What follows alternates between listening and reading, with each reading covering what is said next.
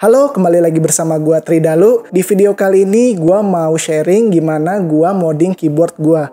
Biar kalian gak penasaran, kalian dengerin dulu deh gimana sound typing before dan after keyboard gua ini.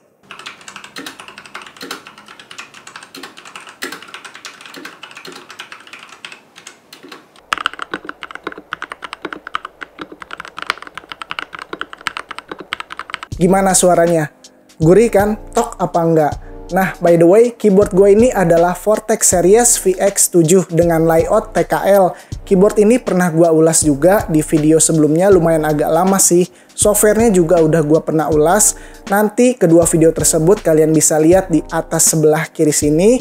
Atau nanti linknya gue taruh di deskripsi di bawah video ini. Sebelum gue mulai, jangan lupa untuk support gue dengan cara subscribe channel ini supaya gue semakin semangat untuk bikin konten lainnya. Nah, gue memutuskan untuk modding keyboard gue ini karena berasa rattle banget di bagian spacebar, backspace, enter maupun shift-nya. Dan untuk switch-nya ini juga udah berisik banget. Jadi kalau misalkan gue pakai untuk ngetik atau bermain game, ini cukup ngeganggu banget di kuping. Dan ini adalah pertama kalinya gue modding keyboard dengan bermodalkan keberanian dan juga niat. Saran gua buat kalian yang pertama kali banget mau coba modding keyboard, pertama-tama itu kalian harus pastiin keyboard kalian itu hot swappable switch biar nggak di desolder lagi switchnya. Terus juga kumpulkan niat sama kesabaran dan tentunya juga mood. Karena modding keyboard ini nggak cuma sebentar, apalagi punya gua ini layoutnya TKL. Ada 87 switch yang harus gua loop. Pada modding kali ini gua melakukan beberapa mod, di antaranya yang pertama itu adalah memasang foam pada bawah casingnya. Selanjutnya melakukan taps mode, lanjut untuk loop switchnya, lanjut ke steps mode. Gue juga melakukan holy mode di sini. Selanjutnya gue juga menambahkan foam pad switch pada modding kali ini. Dan untuk bahan-bahan yang gue gunakan, yang pertama itu adalah artboard foam. Gue ini belinya di Gramedia, harganya 11.500. Kalau dilihat dari bahannya sih ini kayak Eva Foam juga yang dijual di pasaran. Berhubung nggak ada warna hitam, habis jadinya gue beli warna orange aja. Selanjutnya untuk taps mode, di sini gue menggunakan isolasi kertas yang berukurannya besar dan ini gue juga belinya di Gramedia, mereknya Daimaru. Cuman kalau misalkan kalian mau beli di tempat biasa atau di tukang fotokopian juga boleh karena Daimaru ini lumayan mahal juga, Rp12.000. Untuk switch pad PCB-nya di sini gue menggunakan bahan IXPE. Bahan IXPE itu sebenarnya sama mirip-mirip lah sama kayak Eva Foam, tapi dia sedikit agak berbulu gitu. Cuman karena Eva Foam dan juga satu lagi ada bahannya namanya LE20 poron itu nggak ada, jadinya gue membelinya bahan IXPE. Untuk switch pad PCB ini dijual lembaran, satu lembar itu ada 30 piece atau untuk 30 switch dan harga per lembarnya ini 49.500. Nah, di sini gue membelinya 3 lembar karena layout gue TKL untuk 87 switch. Untuk loopnya sendiri gue di sini menggunakan Krytox GPL 205 grade 0 dan ini gue pakai untuk switch dan juga stem pada stabilisernya. Sedangkan untuk wire di stabilisernya itu gue menggunakan super loop. Untuk Krytox GPL 205 grade 0 ini gue beli seharga Rp85.000 untuk 3 gram. Sedangkan untuk super loop ini harganya Rp20.000 dan itu dapatnya udah lumayan banyak. Nah, sebenarnya untuk loop wire itu juga ada namanya Permatex, tapi karena Permatex mahal, jadinya gue pakai yang super loop aja untuk menekan budget. Untuk band aid-nya ini sama holy mode-nya gue menggunakan plaster dari Hansaplast yang Roland, itu yang ukurannya kecil, itu murah cuman Rp3.000 aja. Nah, sekarang lanjut ke peralatannya. Yang pertama-tama di sini gue siapin keycaps dan switch puller dan di sini gue belinya dari MKID, harganya ini Rp29.000. Sebenarnya ada juga keycaps puller yang warna hitam tapi gue nggak nyaranin karena bisa bikin lecet keycaps kalian. Selanjutnya brush ataupun kuas yang gue pakai itu mereknya Lyra Giotto, tapi di sini gue juga beli yang Villa Giotto, sebenarnya sama aja. Yang penting di sini gue pakainya rounded dan ukuran 00. Harganya ini kisaran Rp9.000. Terus untuk buka switch ini gue menggunakan switch opener yang 2-in-1, harganya Rp79.000.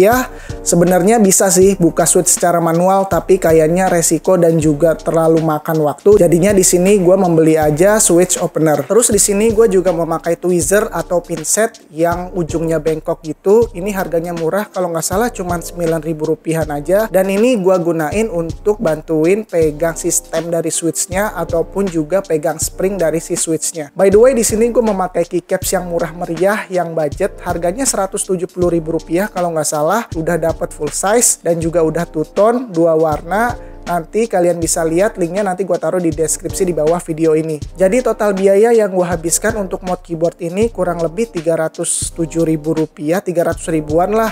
Rinciannya kalian bisa lihat di layar gue ini. Dan sebenarnya ini cuman estimasi aja, bukan sebuah patokan. Kalau misalkan kalian sudah punya bahan-bahannya, tentunya itu juga bisa lebih murah. Oke, jadi untuk langkah-langkahnya tentunya gue buka semua keycaps dengan keycaps spoolernya.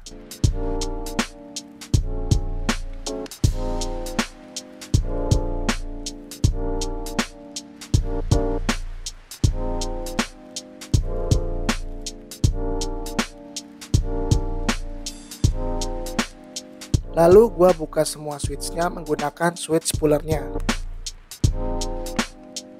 By the way, untuk cara buka keycaps, switch, dan cara loop udah gua upload di video sebelum ini. Kalian bisa lihat di kartu di atas sebelah kiri atau link videonya gua taruh di deskripsi di bawah video ini. Lanjut buka semua baut yang terpasang menggunakan obeng. Di VX7 ini total ada 11 baut.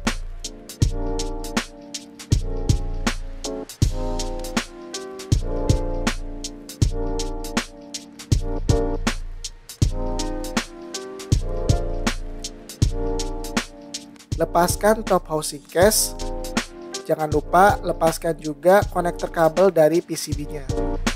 Lalu gua memotong artboard foam sesuai ukuran case keyboardnya. Terus tinggal dilubangin aja sesuai sama lubang bautnya. Selanjutnya gua melakukan taps mode dengan memasang isolasi kertas pada PCB bagian bawah sebanyak 2 layer.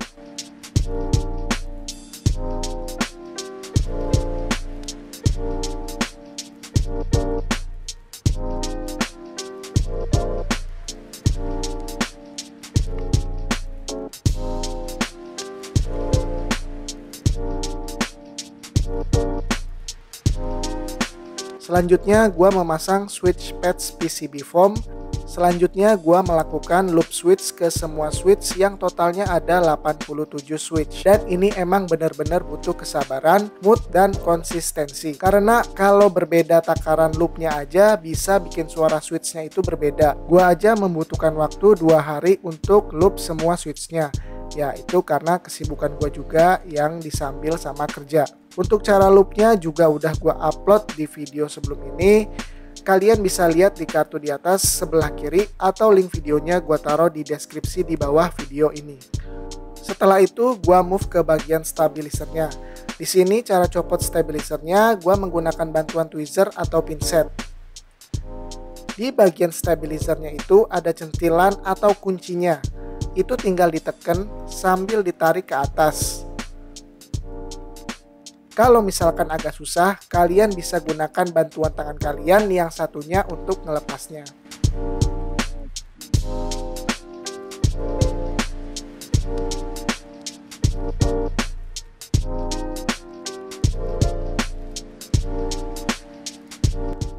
Setelah semua stabilizernya terlepas, pisahkan dari top housingnya, tinggal copotin stabilizer dengan housing stemnya. Setelah semua stabilizernya terlepas dari top housingnya, tinggal copot dan pisahin stabilizer dengan housing stemnya dan juga wire-nya. Caranya tinggal diangkat aja wire-nya dari housingnya. Di sini gue melakukan mod pada bagian stemnya, yaitu dengan memotong bagian bawah stemnya yang agak menonjol dengan tujuan agar tidak ada lagi rattle karena bagian bawahnya sudah rata. Selanjutnya gue melakukan holy mode. Caranya dengan menggunakan plester Hansaplast yang dipotong sangat kecil seukuran lubang pada stemnya.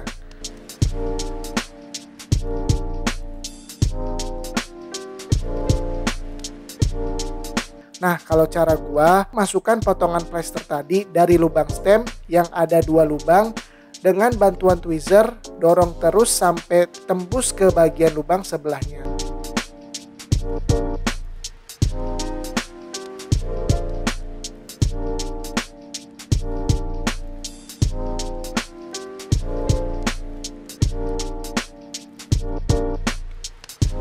Nah, di sini gua potong plesternya sedikit supaya nggak kepanjangan.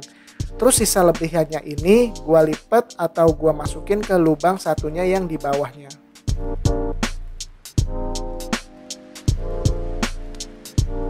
Sebenarnya tujuan dari Holy Mode ini untuk rumah stabilizer yang kebesaran untuk si wire-nya. Jadi dia agak longgar gitu dan menimbulkan rattle. Ini opsional aja, sebenarnya bisa juga enggak. Kalian coba aja dulu kalau misalkan tanpa Holy Mode itu masih rattle apa enggak. Kalau di sini gua sekalian aja pakai Holy Mode karena udah ngebongkar semua keyboardnya. Lanjut gua loop bagian stem dan housingnya. Untuk stem steps-nya, bagian yang gua loop adalah sisi-sisinya yang kontak langsung dengan housingnya menggunakan Krytox 205 juga. Dan untuk housing stem steps-nya, gua juga loop di bagian sisi-sisinya.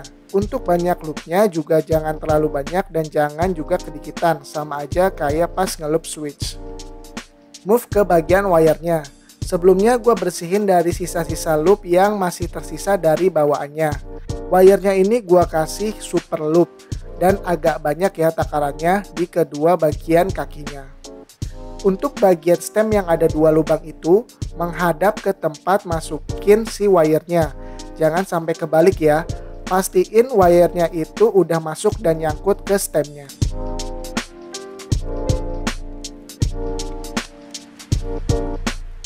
Sebenarnya di sini gue juga membeli PCB foam untuk ditaruh di atas PCB-nya. Bahannya juga EVA foam. Dan di sini kebetulan juga ada yang jual sesuai layoutnya. Tapi ternyata nggak pas ketika gue masukin switch-nya. Jadi dia nggak masuk dengan sempurna. Dan setelah gue coba ternyata suaranya nggak terlalu beda jauh. Jadi mendingan gue lepas aja supaya lebih fit.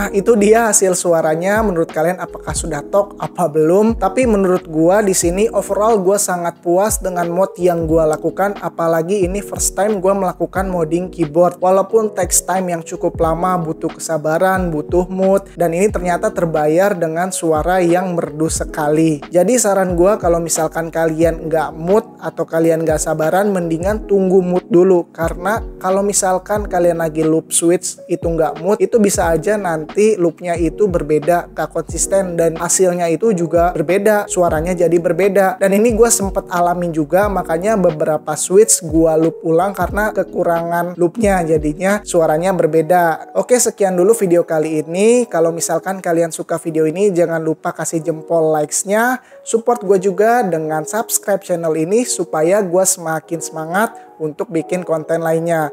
Semoga bermanfaat. Sampai ketemu di video berikutnya. Dadah!